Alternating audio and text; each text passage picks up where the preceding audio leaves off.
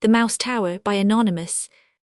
To the traveller who has traversed the delightful environs of the Rhine, from the city of Mentz as far as Koblenz, or from the clear waves of this old Germanic stream gazed upon the grand creations of nature, all upon so magnificent a scale, the appearance of the old decayed tower, which forms the subject of the ensuing tradition, forms no uninteresting object. It rises before him as he mounts the Rhine from the little island below Bingen, toward the left shore. He listens to the old shipmaster as he relates with earnest tone the wonderful story of the tower, and, shuddering at the description of the frightful punishment of priestly pride and cruelty, exclaims in strong emotion, "The Lord be with us!" For, as the saying runs, it was about the year of our Lord 968, when Hatto II, Duke of the Austro-Franks, surnamed Bonosus, Abbot of Fulda, a man of singular skill and great spiritual endowments, was elected Archbishop of Mentz. He was also a harsh man, and being extremely avaricious, heaped pg 63 up treasure which he guarded with the utmost care. It so happened, under his spiritual sway, that a cruel famine began to prevail in the city of Mentz and its adjacent parts, insomuch that in a short time numbers of the poorer people fell victims to utter want. Crowds of wretches were to be seen assembled before the archbishop's palace in the act of beseeching with cries and prayers for some mitigation of their heavy lot. But their harsh lord refused to afford relief out of his own substance, reproaching them at the same time as the authors of their own calamity by their indolence and want of economy. But the poor souls were mad for food, and in frightful and threatening accents cried out, "Bread, bread!"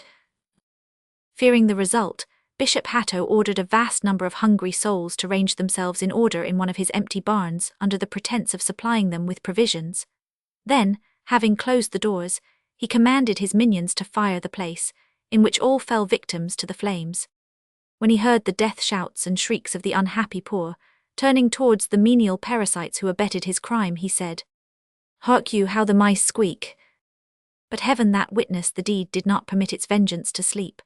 A strange and unheard pg 64 of death was preparing to loose its terrors upon the sacrilegious prelate. For behold, there arose out of the yet warm ashes of the dead an innumerable throng of mice which were seen to approach the bishop, and to follow him whithersoever he went.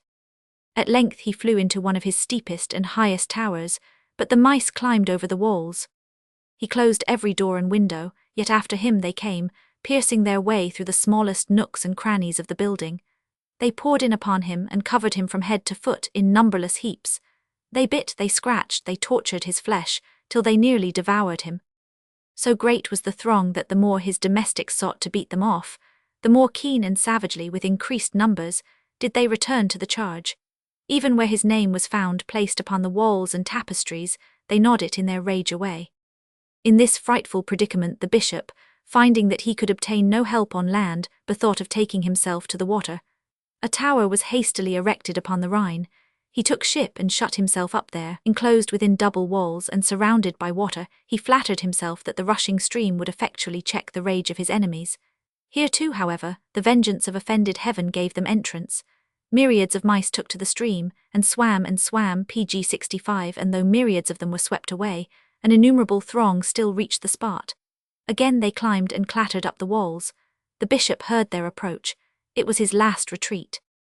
They rushed in upon him with more irresistible fury than before, and amidst stifled cries of protracted suffering, Bishop Hatto at length rendered up his cruel and avaricious soul. "pg 66,